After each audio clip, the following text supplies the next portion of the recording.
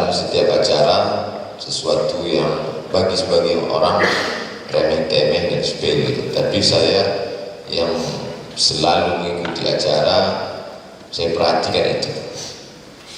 Biasanya disebutkan DPR RI duluan, di tempat lain disebutkan bupati duluan, tapi di sini wajib DPR RI duluan. Kenapa DPR RI? Kenapa bupati di bawah DPR RI?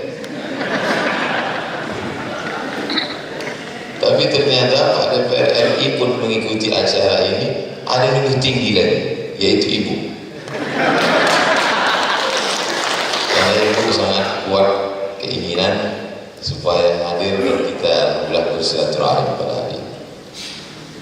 Saya sebagai ustadz tamu undangan di Kabupaten Sejunjung, kemudian Pak Buya Gus Pardi Gaus di Mesir 1982. Jadi waktu 82 itu umur saya baru 5 tahun. Hambo Timbo ke Mesir 98, dan ketua MUI adik senior kami. Jadi 3 generasi yang ada di ruangan ini. Jadi mau lihat dari aspek ke Mesir pun beliau tetap senior kami.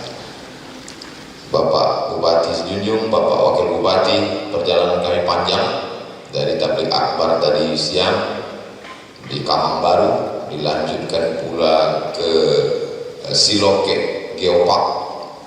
Luar biasa perjalanannya, sulit diungkapkan dengan kata-kata karena kata terlalu miskin untuk mewakili rasa. Kalau penasaran, kunjungi saja langsung Siloke Geopark.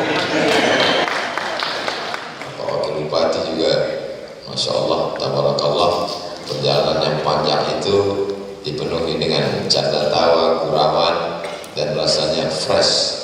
Lalu kemudian malam ini bisa berjumpa dengan Pak Sekda, berjumpa dengan bapak-bapak, ibu-ibu dari ASN. Ustaz Somad ini pesertanya limited, terbatas, karena kalau minta masyarakat tidak muat, masyarakat besok pagi kita temui. Menjadi ASN itu adalah cita-cita setiap orang. Andai calon menantu datang, yang satu S3, yang satu S1 tapi ASN, pasti yang diterima yang ASN. Kenapa begitu? Karena ASN ini kalau dalam hadis disebutkan 3 yang mengalir sesudah mati: anak soleh, ilmu yang bermanfaat, sedekah jariyah, tambah satu lagi ASN. Kalau pulang sudah meninggal, pensiunnya tidak mengalir. Begitulah hebatnya. Dan orang kalau dia pulang ke kampung, pertanyaan orang, sudah selesai S1, alhamdulillah, S2, alhamdulillah, S3, alhamdulillah. Pertanyaan berikutnya, Allah ASN. Nah, itu pertanyaan itu yang mengerikan. Tapi di meja makan tadi kata Pak Wabub, saya merasa tidak terlalu penting menjadi ASN setelah duduk dengan orang-orang yang ketiga-tiganya keluar dari ASN. Jadi Pak Buya Gus Pardi keluar dari ASN, saya pun juga begitu, kemudian Pak Bupati juga, tapi bukan mengkerdilkan, menyepelekan, karena bagi kami taat aturan, ada pengabdian di luar ASN. Semuanya adalah mengabdi untuk agama, untuk nusa dan bangsa di bidangnya masing-masing. Al-Muslim, seorang Muslim, lan yutimma islamahu, dia belum menyempurnakan keislamannya, hatta ayyakuna siyasian, sampai dia menjadi orang yang peduli kepada politik, ba'idan nazar an syu'uni ummati, punya pandangan jauh tentang umatnya, muhtamman biha, peduli, wa ghuyuran 'alaiha, ada rasa cemburu. Kenapa umat ini miskin? Kenapa umat ini susah? Kenapa jalan ini rusak? 4 syarat itu kata Imam Syahid Hasan Al-Banna. Pertama, siasi, dia mesti berpolitik. Yang kedua, ba'idan nazar, pandangannya mesti jauh ke depan, bagaimana bumi Minangkabau 50 tahun yang akan datang. Yang ketiga, muhtamman, ada kepedulian, care. Yang keempat, ghuyur, ada rasa cemburu. Jadi dari dalam perjalanan tadi, dari kediaman sampai kemari, itu diantara pembicaraan saya dengan tim, apa lagi yang dicari Buya Gus Pardi Gaus? Secara ekonomi cukup, mestinya dia cukup duduk di rumah menggendong cucu nonton TV kan selesai, tak perlu memikirkan politik ini sampai naik asam urat dan kolesterol. Tapi kalau tidak duduk di situ, akan duduk orang lain yang tidak memperjuangkan adat basandi syarak basandi kitabullah. Nanti setelah diamandemen undang-undang dasar segala macam aturan payung hukum, baru kita ribut di luar sistem. Tidak bisa. Jadi politik ini ibarat menangkap ikan, ada satu yang menghalau ikan, lalu kemudian ada yang satu menangkap ikan, bekerja sama. Orang yang bicara kebaikan di luar dengan yang di dalam, insya Allah dia akan mendapatkan sama kebaikan. Karena memperbaiki umat dari bawah lewat ceramah, lewat tausiah, lewat khutbah, tablik akbar. Memperbaiki dari atas lewat aturan, lewat payung hukum, lewat jabatan dan kekuasaan. Menjadi bupati itu nomor 2, menjadi gubernur nomor 2, menjadi anggota dewan nomor 2. Jabatan utamanya adalah ud'u ila sabili rabbik, mengajak orang ke jalan Tuhan, ke jalan Allah SWT dengan kekuasaan, dengan cara masing-masing. Tapi kita tidak bisa menyatukan umat ini kalau sesama umat Islam itu sendiri bertikai, berkonflik hanya dalam masalah khilafiyah. Itulah yang saya hadapi di masyarakat. Pertanyaannya itu ke itu saja. Saya muatkan di sekapur sirih di halaman 5 huruf Romawi.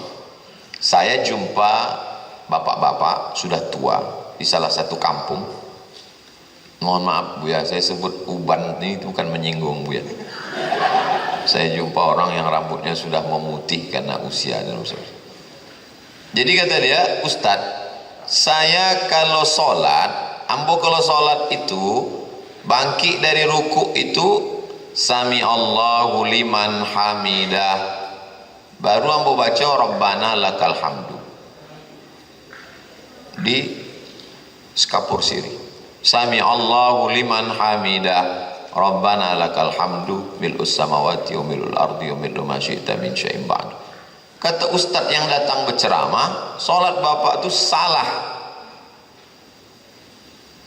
Maka saya jawab di halaman 52. Di halaman 52, wa yusannu 'inda syafi'iyyati, menurut mazhab Syafi'i, al-jam'u bainat tasbih wa tahmid, waktu dari ruku sampai tulang belakang lurui Sami Allahu liman hamidah.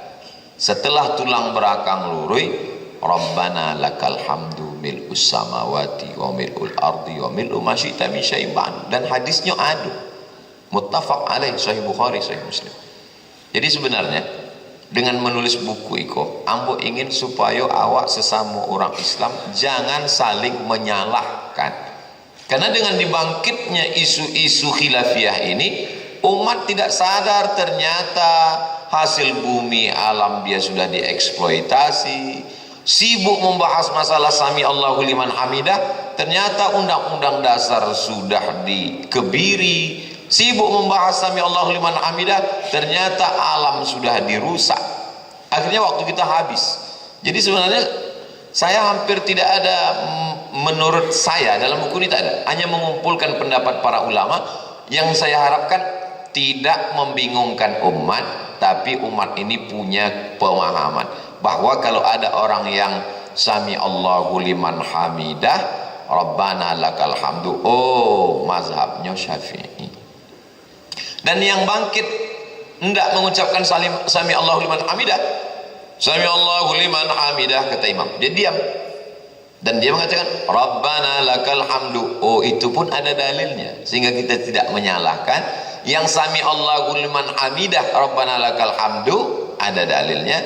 Yang bangkit mengikut imam lalu setelah tegak baru Rabbana lakal hamdu, pun ada dalilnya, bahkan 3 riwayat. Rabbana lakal hamdu, Rabbana walakal hamdu, Allahumma Rabbana lakal hamdu. Sehingga kalau kita pahami ini dengan baik, kita baca dalilnya, kita menjadi orang yang tidak terlalu mempermasalahkan yang tak masalah, karena terlalu mempermasalahkan yang bukan masalah akhirnya menjadi masalah. Disitulah letak masalahnya.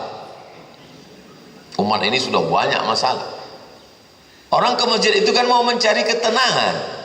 Di jalan macet, di rumah minyak goreng, di jalan perjalanan minyak solar. Lalu kemudian dia masjid mau cari ketenangan, di masjid dibangkit lagi khilafiyah. Akhirnya umat ini error. Jadi menulis buku ini adalah saya tulis tahun 2013, 9 tahun yang lalu. Sekarang sudah 2022. Kok sempat Ustaz waktu itu menulis? Belum viral.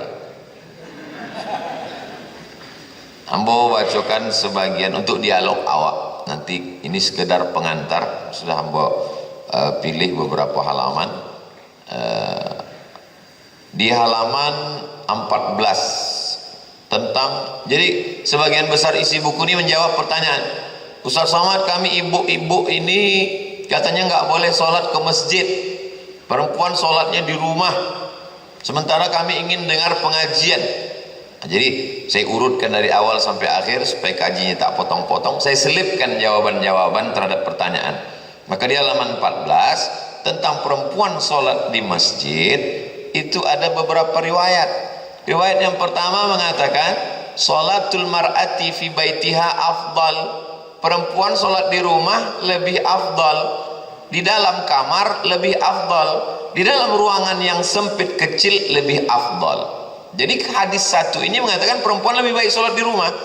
Tapi ada hadis satu lagi, ayat Sahih Bukhari, Sahih Muslim, la tamna'u ima Allah masajid Allah, jangan larang perempuan sholat ke masjid.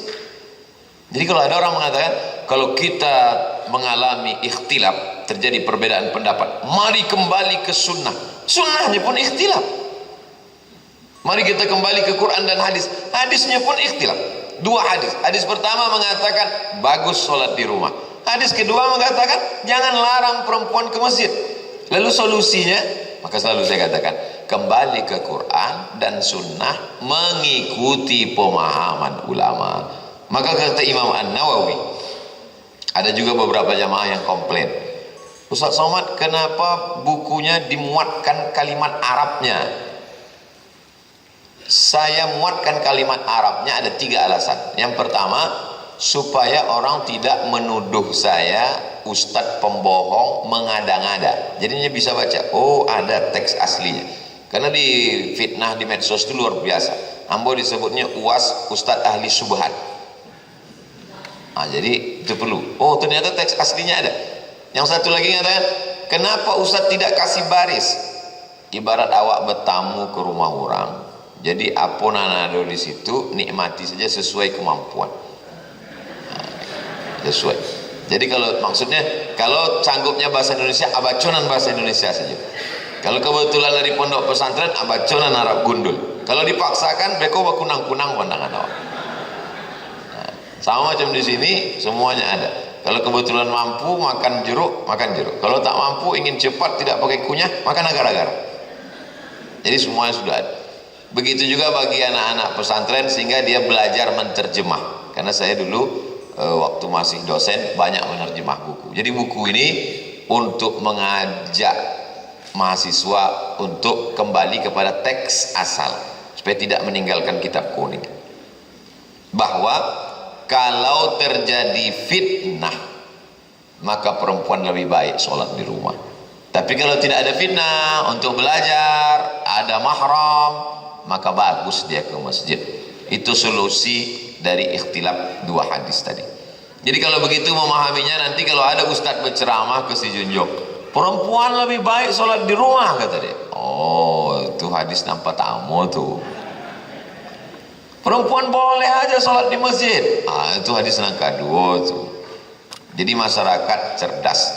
Aparat Babinsa, Babin Kamtipmas perlu memahami ikhtilaf ini. Sebab nanti mereka akan melihat konflik di tengah masyarakat. Ketika masyarakat terjadi konflik, bisa diselesaikannya, maka dia mendapat 1 poin lebih dari yang lain, karena dia sudah mampu menyelesaikan intern. Kalau di intern kita saja tidak selesai, bagaimana kita mau mengatakan bahwa kita masyarakat yang toleran, terbuka kepada multi agama, bineka tunggal ika dan lain sebagainya. Halaman 20 tentang melafazkan niat. Melafazkan niat, inna talaffuza bin niyati laisa masyru'an. Menurut mazhab Maliki dan Hanafi, melafazkan niat tidak disyariatkan. Tapi membaca buku itu tidak boleh dipotong. Bahaya kalau tukang khitan membaca kitab. Kitab itu pun disunatnya juga. Karena di ujung itu ada wa yustahsanu lidaf'il waswasah. Untuk menolak waswas dianjurkan melafazkan niat. Jadi kalau di tengah masyarakat orang berkonflik berkelahi hanya tentang masalah melafazkan niat, nawaitu sauma ghadin usolli fardhu zuhri, maka bagi yang tidak was-was tak perlu dia melafazkan niat Allahu Akbar, karena hatinya sudah kuat. Tapi bagi yang was-was, habis buka handphone, habis buka WhatsApp. Kalau dulu was-was, sekarang bukan cuma WhatsApp, was-was dan WhatsApp. Berkunang-kunang pikiran kita, kacau balau. Maka untuk menguatkan hati, solat apa ini? Solat maghrib, usolli fardal maghribi. Berapa rakaat? Salasa rakaatin. Ada apa qadha? Adaan. Jadi imam apa jadi makmum? Makmuman. Lillahi ta'ala. Dia bukan niat. Karena niat itu di dalam takbir atau sebelum takbir. Dan letaknya di dalam hati. Itu hanya untuk menguatkan hati. Lidaf'il waswasah. Bukan kata Abdul Somad. Ada sumber referensinya, ada dalilnya, ada teksnya. Kemudian halaman 21, kapan waktu berniat itu? Innamal amalu binniyat. Kita dari kecil sudah diajari innamal amalu binniyat wa innamal likulli imri'in ma nawa. Semua amal mesti dengan niat. Niatnya itu kapan? Maka niat dalam salat 2. Pertama, menurut mazhab Syafi'i, di dalam takbiratul ihram. Allahu Akbar, di dalam takbir. Sedangkan menurut mazhab Hanafi, Maliki, Hambali, niatnya sebelum takbir. Jadi kalau ada orang berniat sebelum takbir, masih masuk 4 mazhab. Berniatnya di dalam takbir, masih masuk 4 mazhab. Nanda ada dalam 4 mazhab kok berniat sesudah takbir. Itulah dek sibuknya lah segala macam, Allahu Akbar. Lalu kau zuhur apa asar? Itu tidak sah. Mestinya ulang balik sebab niatnya tidak ada. Maka ada istilah dalam mazhab Syafi'i ada namanya muqaranatun niyah. Sejalan antara niat dengan takbir. Allahu Akbar. Kenapa di Saudi Arabia itu imamnya takbirnya pendek, Ustaz? Allahu Akbar. Yang mubaligh di belakang itu yang panjang. Menyampaikan suara itu namanya mubaligh. Waktu itu belum ada mikrofon, Masjidil Haram ramai, maka untuk menyampaikan suara makmum ke belakang, itulah dia. Dulu mubalighnya itu sampai 10 ke belakang, karena jamaah ramai musim haji. Allahu Akbar. Allahu Akbar. Kini deklah ada mikrofon, tinggal mubaligh 1. Mubaligh sampai ke Indonesia, mubaligh penceramah. Padahal mubaligh aslinya penyampai suara untuk ke belakang. Berikutnya halaman 29. Bumi Indonesia banyak sekali ormas. Kalau di bumi Minangkabau, kaum tua, kaum muda, Perti, Inyak Janduang, Inyak Jaho, kemudian Muhammadiyah, Buya Abdul Karim Amrullah, Syekh Doktor, lalu kemudian dan mereka sama-sama murid dari Syekh Ahmad Khatib Al-Minkabawi. Imam Masjidil Haram meninggal tahun 1916. Lalu kemudian Muhammadiyah lebih populer di sekolah-sekolah pakai Allahumma ba'id baini wa baina khataayaya. Sedangkan Perti lebih populer Allahu akbar kabira walhamdulillahi katsira wa subhanallahi bukratan wa asila. Dua-duanya hadis sahih. Karena terjadi konflik bagi yang awam, bagi anak muda baru ngaji, satu Allahumma ba'id, satu Allahu akbar kabira, akhirnya memuatkan semua hadis tentang iftitah sampai 7 sampai 9 hadis. Riwayat 1, riwayat 2, riwayat 3, riwayat 4, riwayat 5, riwayat 6, riwayat 7 riwayat. Semuanya hadis sahih. Jadi kalau ada terjadi di tengah masyarakat nanti ikhtilaf tentang Allahumma ba'id dan Allahu akbar kabira, tidak perlu diselesaikan, tambah 5 lagi. Sebab ada hadis-hadis lain tentang iftitah. Dia pakai semuanya, maka tetap ikut sunnah Rasulullah sallallahu alaihi wasallam. Halaman 35 tentang ta'awuz. Yang satu mengatakan a'udzubillah itu sekali saja di rakaat 6 pertama. A'udzubillahi minasyaitonir rajim. Bismillahirrahmanirrahim. Alhamdulillahi rabbil alamin. Sedangkan yang satu cik lain mengatakan a'udzubillah setiap rakaat. Ikhtilaf. Maka saya muatkan wa qala al-hanafiyatu, halaman 35. Menurut mazhab Hanafi, yata'awwadhu fi raka'atil ula faqat, membaca auzubillah pada rakaat 6 pertama saja sebelum al-Fatihah. Berdasarkan dalil idza qara'tal Qur'an fasta'iz billah. Kalau baca Quran dului dengan auzubillah. Wa qala asy-Syafi'iyyatu, sedangkan menurut mazhab Syafi'i dan Hambali, yusannu ta'awudhu sirran fi awali kulli rak'ah qabla al-qira'ah, dianjurkan a'udzubillah di setiap rakaat. Rakaat yang kedua tetap a'udzubillah, a'udzubillahi minasyaitonir rajim. Rakaat yang ketiga tetap. Jadi bagi siapa yang mau pakai a'udzubillah di awal rakaat, bagus, sunnah. Yang membaca di setiap rakaat pun sunnah, tak perlu saling menyalahkan. Sehingga kalau kita sudah selesai dengan khilafiyah ini, barulah kita bisa menjaga keutuhan bangsa, berbicara tentang NKRI, tentang bumi Minangkabau, adat Basandi, syarak-syarak Basandi kitabullah. Kalau tidak, habis energi kita disibukkan dengan khilafiyah.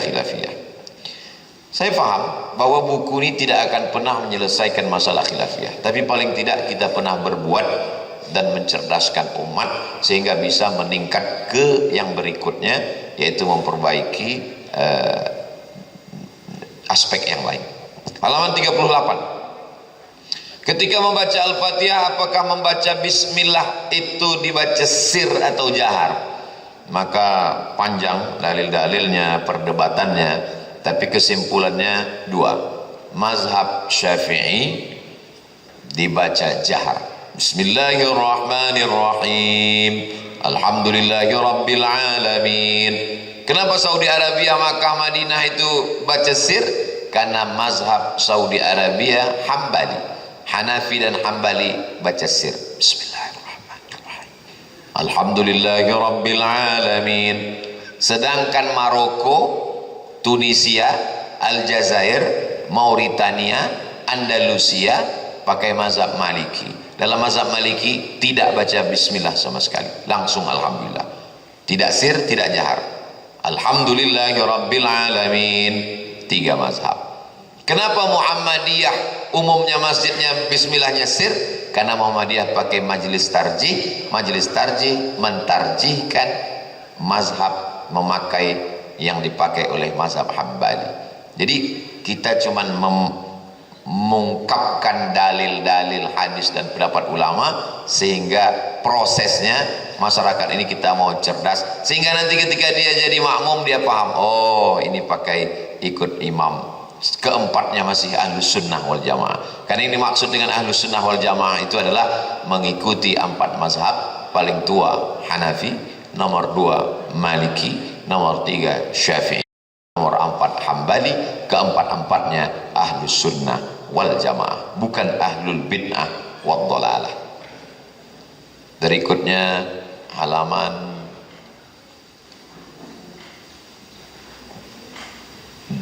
46. Apa hukum membaca ayat dan apa standar panjang pendek? Masjid yang bagus, masjid yang disupport oleh Pemda, imamnya hafal Quran, ayatnya panjang, maksudnya biar supaya ibadahnya mantap. Sebagian masyarakat komplain. Kenapa? Karena sudah terbiasa dengan trikul. Kul huwallahu bil falaq dan kul bin nas. Akhirnya di sebagian tempat imam-imam yang diangkat oleh Pemko, Pemda diunjuk rasa ganti imam karena kepanjangan. Maka sesungguhnya Imam Nawawi sudah membuatkan standar panjang pendek imam. Ada yang disebut dengan tiwal al-mufassal dari surat Al-Qaf hingga surat Al-Hujurat, atau surat Al-Hujurat sampai ke surat An-Naba, yang panjangnya lebih kurang 1 lembar sampai 1 lembar setengah. Itu dibaca pada waktu asar dan isya. Jadi kalau imamnya Al-Hujurat, maka itu masih dalam standar. Ada namanya qisar al-mufassal, surat-surat pendek, itu dari Alam Nashrah sampai Qul a'udzu birabbin nas, lebih kurang 1/4, setengah halaman, itu dibaca pada sholat maghrib. Ada namanya yang pertengahan ausat mufassal dari surat Wan-Nas An-Nazi'at sampai ke Wad-Duha, itu satu halaman, itu dibaca pada sholat asar dan isya. Jadi kalau orang sudah paham standar, oh imam ini masih dalam standar, kecuali dibacanya surat Yasin, nah itu udah di luar standar. Halaman 48. Ketika ruku dan sujud itu berapa kali tasbih? Sehingga ada imam lama sekali bertasbih, maka anna tasbihatam sab'un, tasbih yang sempurna itu 7 kali, wal wasatu khamsun, yang pertengahan itu 5 kali, wa adnahu thalathun, yang paling seketek itu 3 kali. Jadi kalau masyarakat 3 kali pakai 1 nafas itu sangat minimalis. Jadi kalau ada dia baca masih di agak-agak 7, maka masih dalam standar. Ada ustadz berceramah, kata dia, ini masih halaman 48, bahwa bacaan tasbih itu tidak pakai wa bihamdi. Ustaz Somad, buya kami mengatakan subhana rabbiyal a'la, tidak pakai wa bihamdi. Amba tidak mau membantah, itu ustaz salah. Enggak. Dia betul. Masa dia betul ya? Ya, ada hadisnya. Ini hadisnya. Hadis yang pertama, subhana rabbiyal azim. Tidak ada wa bihamdi. Ustaz itu bukan, buya itu bukan salah. Betul dia, subhana rabbiyal azim. Tapi ustaz selalu mengatakan subhana rabbiyal azim wa bihamdi. Saya betul juga. Ada hadis yang kedua. Kenapa buya itu tidak menyampaikan? Mungkin waktunya pendek. Jadi kalau kita salahkan, apalagi ada orang yang suka memang melagal. Ada dulu waktu kita masih kecil, waktu masih ketek, ada orang yang suka melagu-lagu. Orang berani semuanya. Kopaknya cuy jago. Akhirnya ada orang melagu-lagu buya, aduh. Buya itu tidak ada pakai wa bihamdi. Dia betul, semua betul. Riwayat kedua, ada bacaan lain, subhanakallahumma wa bihamdika allahumma firli. Anak-anak kita yang sekolah kebetulan di bawah naungan Ormas Muhammadiyah, di buku tuntunan sholat, subhanakallahumma bihamdika allahumma firli. Hadisnya riwayat Ibnu Majah, Imam Ahmad. Ada puluh riwayat keempat, subuhun quddus rabbul malaikati warruh. Riwayat yang kelima, Allahumma laka raka'tu wa bika amantu wa laka aslamtu khasha'a laka sam'i wa basari wa mukhi wa azmi wa asabi. Jadi ini semua dibaca, maka insyaallah memperkaya khazanah keilmuan.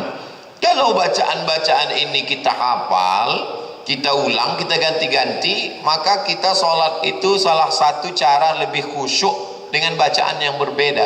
Karena kalau bacaannya itu terus, kita amat sangat cepat sekali dan tidak ada perenungan karena sudah hafal, macam mantra jadinya, tak ada perenungan. Tapi kalau kita hafal banyak, kita coba ini, kita pakai ini, maka itu menjadi salah satu cara untuk khusyuk. Halaman 53. tentang masalah Rabbana lakal hamdu. Apakah ada bacaan tambahan? Rabbana lakal hamdu, sami Allahu liman hamidah, Allahumma Rabbana lakal hamdu. Guru kami mengajarkan Rabbana lakal hamdu, tapi waktu di Makkah Rabbana walakal hamd. 3 riwayat. Rabbana lakal hamd, Rabbana walakal hamd. Yang ketiga Allahumma Rabbana lakal hamd. Ujungnya mil'us samawati wa mil'ul ardi wa mil'u ma syi'ta min syai'in ba'd. Masih halaman 53. Ketika sujud, mana yang lebih dulu menyentuh lantai, lutut atau tangan? Guru kami mengatakan tangan dulu, guru kami mengatakan lutut dulu. Hadisnya satu. Beberapa hadis menjelaskan tentang ini. La yabruku ahadukum kama yabrukul ibilu. Janganlah kamu turun seperti turunnya onta. Lalu yang turun itu mana duluan? Panjang penjelasannya, saya kutipkan hadis pertama, hadis kedua, hadis ketiga, menurut ulama ini, menurut ini. Kalau dia baca buku sifat sholat Nabi Syekh Albani, maka tangan dulu, baru lutut. Sama-sama ulama Saudi Arabia. Bin Bas mengatakan lutut dulu. Ambo memakai mazhab Syafi'i. Imam Nawawi mengatakan yang kuat adalah lutut dulu, baru tangan. Tapi kalau ada orang yang tangan dulu, mungkin kalau dibuatnya lutut dulu sakit pinggangnya, maka tidak jauh masalah karena dalam keadaan, dan dia masih memakai satu dari diantara pendapat para ulama. Sehingga nanti kita sholat khusyuk menengok tempat sujud, bukan mencaliak kawan sebelah lutut dulu atau tangan dulu. Karena perdebatan ini tidak selesai-selesai. Nah, ini tentang yang nampaknya sepele, tapi itu rutin kita laksanakan setiap hari karena kita sholat dengan gerakan-gerakan. Halaman 64. Ketika akan tegak berdiri, Allahu Akbar, apakah posisi tangan itu ke lantai mengepal atau tapak tangan? Ada orang bangkit dari duduk itu tangannya mengepal. Ada yang satu lagi tapak tangan. Tentang hadis mengepal ada riwayatnya, tentang yang tapak tangan. Tapi yang kuat menurut Imam Nawawi. Kenapa Ustaz selalu menyebut Imam Nawawi? Imam Nawawi meninggal tahun 676.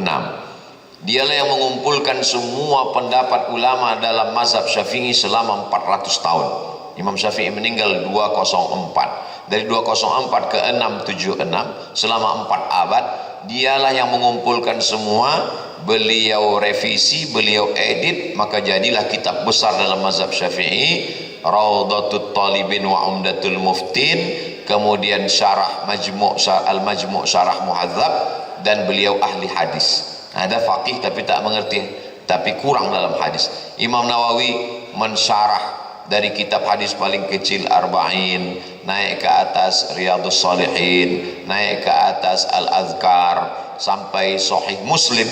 Hampir 7.000 hadis itu disyarah oleh Imam Nawawi dalam kitab judulnya Al-Minhaj, syarah Sahih Muslim Ibn Al-Hajjaj. Beliau adalah muhaddis yang faqih, ahli hadis yang ahli fikih. Beliau juga adalah faqihul muhaddisin, ahli fikihnya ahli hadis. Itu maka selalu saya berpedoman kepada Imam An-Nawawi. Imam Nawawi mengatakan yang kuat adalah dengan telapak tangan. Waktu bangkit tegak itu dengan tapak tangan. Tapi kalau ada orang yang memakai dengan cara mengepal seperti kal'ajin, orang yang membuat adonan tepung gandum. Orang Arab kalau membuat tepung adonan gandum karena pakai minyak, tidak begini tapi begini. Maka kalau ada orang bangkit begini pun juga tidak salah, karena masih ada hadis menyebut ikhtilaf mereka apakah hadis ini sahih atau tidak sahih tentang mengepal itu. Khawatirnya kalau nanti saling menyalahkan, pertama mengepalnya ke lantai, lama-lama ke samping, gara-gara ikhtilaf yang nampaknya sepele. Maka saya selalu bedah buku ini dengan komunitas tertentu, dengan imam, dengan khotib, dengan para asatis, dengan para ustadz, termasuk dengan bapak ibu sekalian. Karena bapak ASN, kepala dinas, kepala badan, kepala kantor, lalu kemudian punya bawahan, nanti sibuk mereka di kantor. Maklum dulu mungkin tidak ngaji, setelah ngaji ingin mencari-cari ilmu, hanya mendengarkan satu pendapat, akhirnya sibuk sampai berefek kepada pergaulan dan lain sebagainya. Halaman 83, bagaimana posisi jari ketika tasyahud? Itu pun dulu heboh juga gara-gara, Buya, aku ambon tak kusuk solat ambo dek, telunjuk kawan sebelah, goyang-goyang, ada ke kiri ke kanan negara. Nah, jadi panjang di sini. Kesimpulan, ambo selalu hanya menyampaikan hasilnya, tapi prosesnya di sini. Prosesnya, kalimatnya, lengkapnya ada semua detail. Mazhab Syafi'i mengangkat pada lafaz Allah. At-tahiyatul mubarakatus salawatut tayyibatu lillah. Assalamu alayka ayuhan nabiyyu wa rahmatullahi wa barakatuh. Wassalamu alayna wa ala ibadillahi salihin. Asyhadu an la ilaha illallah. Sampai salam tidak turun. Sedangkan mazhab Hambali setiap lafaz Allah naik. Imam Ahmad bin Hanbal setiap lafaz Allah naik.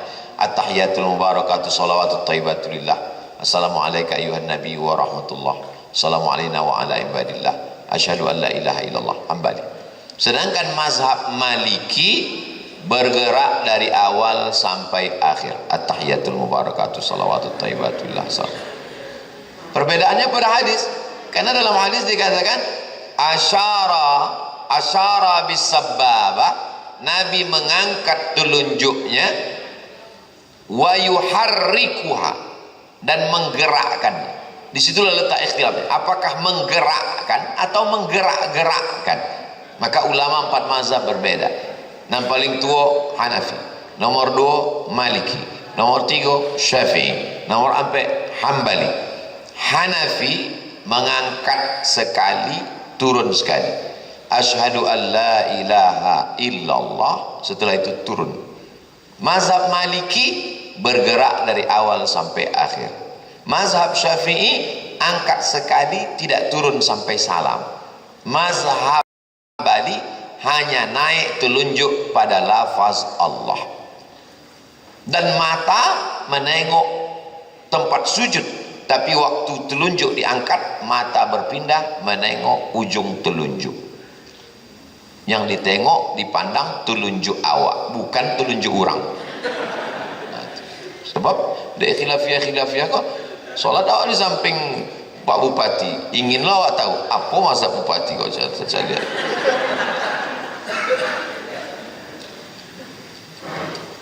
Halaman 86. Bagaimana posisi duduk pada tasyahud? Apakah duduk iftirash atau duduk tawarruk? Maka tentang masalah duduk iftirash dan duduk tawarruk, ada yang mazhab itu duduknya tawarruk baik tasyahud awal maupun tasyahud akhir. Mazhab Maliki. Wa qala al-malikiyatu, menurut mazhab Maliki, yajlisu mutawarrikan, duduknya duduk tawarruk.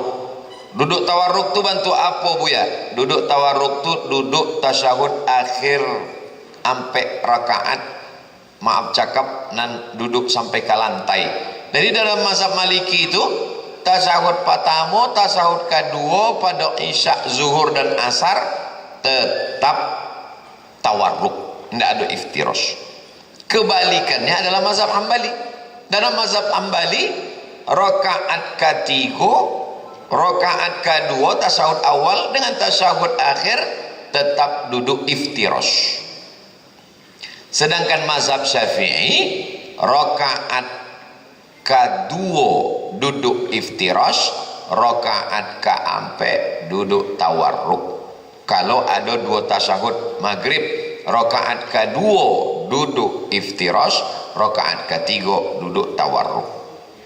Ikhtilaf pula antara mazhab Syafi'i dengan mazhab Hambali, kalau solat itu 2 rakaat indah ada tasyahud awalnya. Maka dalam mazhab Syafi'i, solat nan 2 rakaat, tasyahud akhirnya duduknya tawarruk, tahiyatul masjid, solat subuh, qabliyah, ba'diyah, duha, maka duduknya tawarruk. Sedangkan dalam mazhab Hambali, kalau solat itu indah ada duduk tasyahud awalnya, maka duduk tasyahud akhirnya adalah duduk iftirash. Kami ingin mendengar tausiah Ustaz Somad kau supaya ringan pikiran kami. Kau semakin bertambah lo beban kan? Tidak apa, dibaca sih buku kau diulang-ulang, insya Allah lama-lama paham. Tidak jauh paham, tidak usah baca lagi. Yakini saja dan awak gue bahwa itu adu dalil. Ini kau tentang duduk tawarruk dan itu. Dan jangan awak bayangkan bahwa Imam Hambali ko ikhtilaf dengan Imam Syafi'i lalu orang ko bacaka. Enggak. Imam Syafi'i itu gurunya Imam Hambali. Imam Hambali berguru ke Imam Syafi'i. Tapi walaupun berguru ada beberapa hal yang tidak sepakat. Sebab Imam Hambali ahli hadis juga. Lalu kemudian kecek Imam Hambali, da'autu lisyafi'i fi salati arba'ina sana. Ambo mendoakan Imam Syafi'i guru ambo dalam sembahyang ambo ampe 10 tahun. Rabbil firli wali walidayya wali Muhammad bin Idris Asy-Syafi'i. Ya Allah, ampunkan aku, ampunkan kedua orang tuaku, ampunkan Imam Syafi'i. Padahal mereka berbeda mazhab, tapi mereka saling menghormati dan saling mendoakan. Halaman 99, kunut subuh. Jadi kunut subuh kok sampai kini tidak selesai, dan 2024 beko kunut subuh kok isunya naik lagi. Ini berefeknya ke politik. Ambo tulis dulu waktu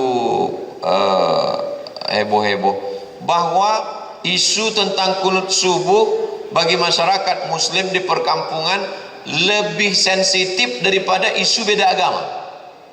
Itu. Dan diangkat-angkat. Maka ambo jalekan hadis pertama, hadis kedua dan segala seterusnya. Kesimpulannya bahwa para ulama ikhtilaf tentang kunut subuh ikut dalam dua mazhab. Mazhab Hanafi dengan Hambali tidak ada kunut subuh. Yang ada kunut nazilah saja. Ketika ada musibah maka awak kunut nazilah. Sedangkan mazhab Syafi'i dengan mazhab Maliki maka mereka berkunut subuh sepanjang zaman sampai meninggal dunia. Tapi antara yang berkunut pun ikhtilaf. Mazhab Syafi'i kunutnya setelah rukuk. Sami Allahu liman hamidah. Rabbana lakal hamdu mil samawati wal ardi wal majtami syai'in ba'du, barunya baca kunut. Allahumma hdina fi man hadait wa afina fi man afait. Sedangkan mazhab Maliki kunutnya sebelum rukuk. Jadi ambo waktu pertama salat subuh di Maroko, di situ ambo kanai. Jadi rupanya sesudah imam tu membaca ayat, awak sangkonya kan rukuk. Sesudah baca ayat, lamanya yang diam. Rupanya kunut dalam mazhab Maliki itu setiap subuh sebelum rukuk dan tidak ada suaranya, sir saja. Sedangkan dalam mazhab Syafi'i setengahnya bersuara jahar, setengahnya tidak. Allahumma hdina fi man hadait wa afina fi man afait wa tawallana fi man tawallait wa barik lana fi ma a'tait wa qina bi rahmatika syarra ma qadait. Sisanya dibaca sama-sama. Fa innaka taqdi wa la yuqda 'alaika wa innahu la yadhillu man walait wa la ya'izzu man 'adait tabarakta rabbana wa ta'ala wa lakal hamdu 'ala ma qadait nastaghfiruka wa natubu ilaik wa sallallahu ala sayyidina Muhammadin nabiyil ummi wa ala alihi wa sahbihi wa baraka wa sallam. Jadi kalau awak fahami itu dengan tidak ada kepentingan, tak ada permusuhan, akan ringan. Ambo secara ritual ibadah sekolah pondok Al-Jamiatul Wasliyah. Al-Wasliyah kok kaum tua sama dengan Perti. Maka kini ambo di Al-Wasliyah itu masuknya di bagian komisi fatwa. Di Perti dengan Pak Alaidin Koto profesor di komisi fatwa juga. Di Nahdlatul Ulama dulu sampai 2009 di Bahsul Masail. Di Muhammadiyah ambo penasehat lembaga amil zakat Lazismu. Perti Al-Wasliyah NU Muhammadiyah. Akhirnya orang ko ingin membuat laporan, datanglah. Ustaz, iko alirannya sebenarnya apa? Ustaz, di NU ada, di Muhammadiyah ada, di Perti ada, di Al-Wasliyah ada. Eko di jamaah tabligh mengisi lo acara. Sebenarnya bapak ni alirannya apa? Ambo tanya, bapak apa? Rupanya intel membuat laporan, bingungnya membuat laporan kata. Wapo, apa mazhab? Kata mazhab saya adalah orang ahlus sunnah wal jamaah. Selama asyhadu an la ilaha illallah, asyhadu anna muhammadar rasulullah. Saya memahami ormas ini hanya sebagai wasilah pemersatu umat saja. Kalau mau tahu cara berpikir saya, bacalah buku-buku saya. Di situ saya tuangkan bahwa saya menjelaskan menurut mazhab Hanafi, Maliki, Syafi'i, Hambali, tapi dalam amal sehari-hari saya pegang ini dan saya tidak menyalahkan.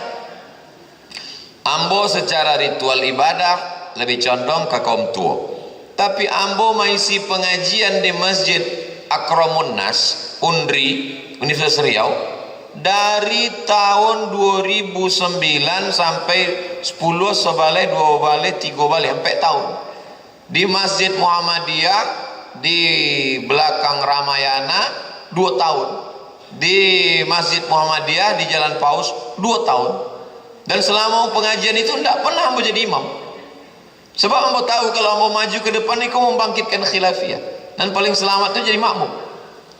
Nah, itu di masjid dekat rumah ambo baru ambo jadi imam. Nah itu. Jadi apa maksudnya?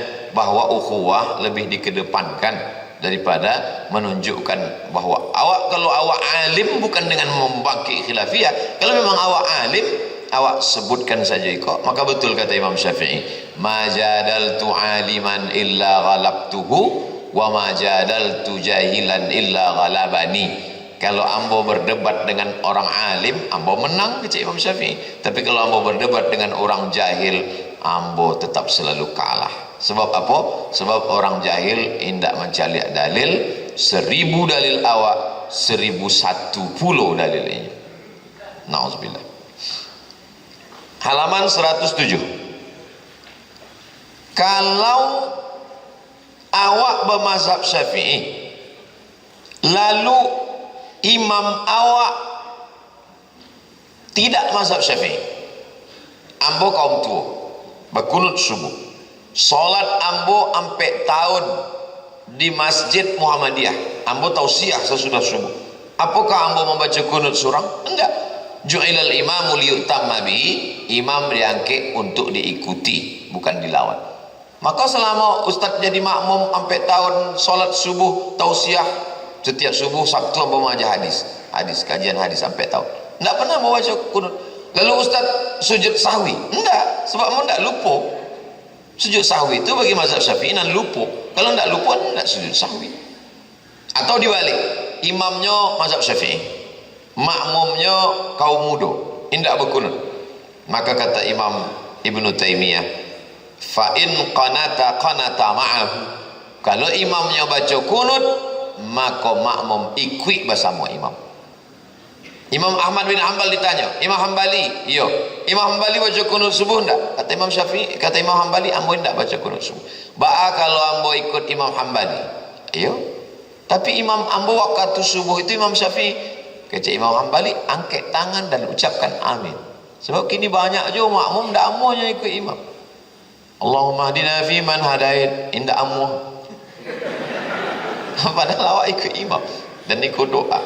Nah, jadi perbedaan-perbedaan itu sebenarnya, dan sampai kini ambo belum pernah berkonflik, bermasalah dengan dalam masalah-masalah mazhab dengan orang berilmu, dengan orang alim. Fanatisme buta, fanatik, tidak berdalil, itulah sesungguhnya yang merusak persatuan kita, sehingga berefek ke politik, berefek ke membangun umat, berefek. Jadi rata-rata buku yang ambo tulis 33 tanya jawab kurban, itu juga mengangkat khilafiyah. 37 masalah populer, 99 tanya jawab. Iko buku ko asalnya 77 tanya jawab solat. Kemudian ketika revisi cetak baru, orang percetakan tidak mau cetak ISBN keluar pakai nan lamo, mesti buka judul baru. Ambo buat menjadi 99. Ditanya tadi dek Buya Gus Pardi Gaus, apa 99 kau Ustaz untuk mengambil barokah Asmaul Husna. Beko awak buat 88 tersinggung lo Densus. Itu maku 99. rasanya sebagai pengantar dialog awak itulah ambo sampaikan, lebih kurang sampai puluh 5 menit. Terima kasih banyak, mohon maaf segala kekhilafan. Ambo kembalikan ke moderator. Assalamualaikum warahmatullahi wabarakatuh.